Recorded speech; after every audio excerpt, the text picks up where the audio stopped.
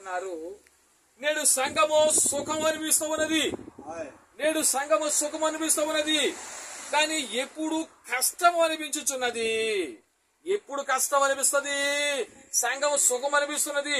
మన కోసం యేసుక్రీస్తు ప్రభువు అయితే శ్రమలు అనుభవిస్తున్నాడు, గాని సంఘం అయితే శ్రమలు అనుభవించడం లేదు. కాబట్టి నేను సంఘము సుఖం అనిపిస్తున్నది, కానీ ఎప్పుడు కష్టం అనిపించుతున్నది.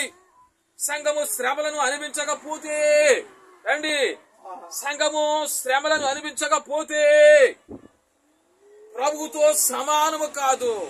చూసారండి, సంఘం అంట శ్రమలను అనిపించకపోతే ప్రభుతో సమానము కాదంటండి.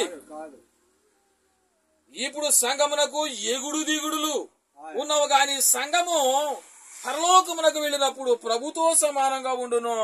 నీకు ఎప్పుడైతే ఇప్పుడు సంఘం ఎలాగుంది, ఎగుడు దిగులు ఉన్నాయి. సంఘము అలాంటి సంఘాలు చాలా ఉన్నాయి. ప్రభు కోసం చెప్పడం భయము. ప్రభు కోసం చెప్తే వాళ్ళు ఏమనుకుంటారు, సంఘంలో బిడ్డలు ఏమనుకుంటారు.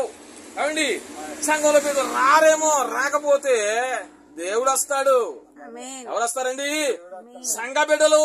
దేని బిడ్డ నువ్వు ఉన్నది ఉన్నట్టు చెప్పకపోతే సంఘ బిడ్డలు రారేమో అని నువ్వు దాచి దాచి చెప్తున్నావా సేవకుడా? ఎప్పుడు కూడా అలా చెప్పకూడదు. సంఘం రాకపోతే నీ దగ్గరికి ఎవరు వస్తారు?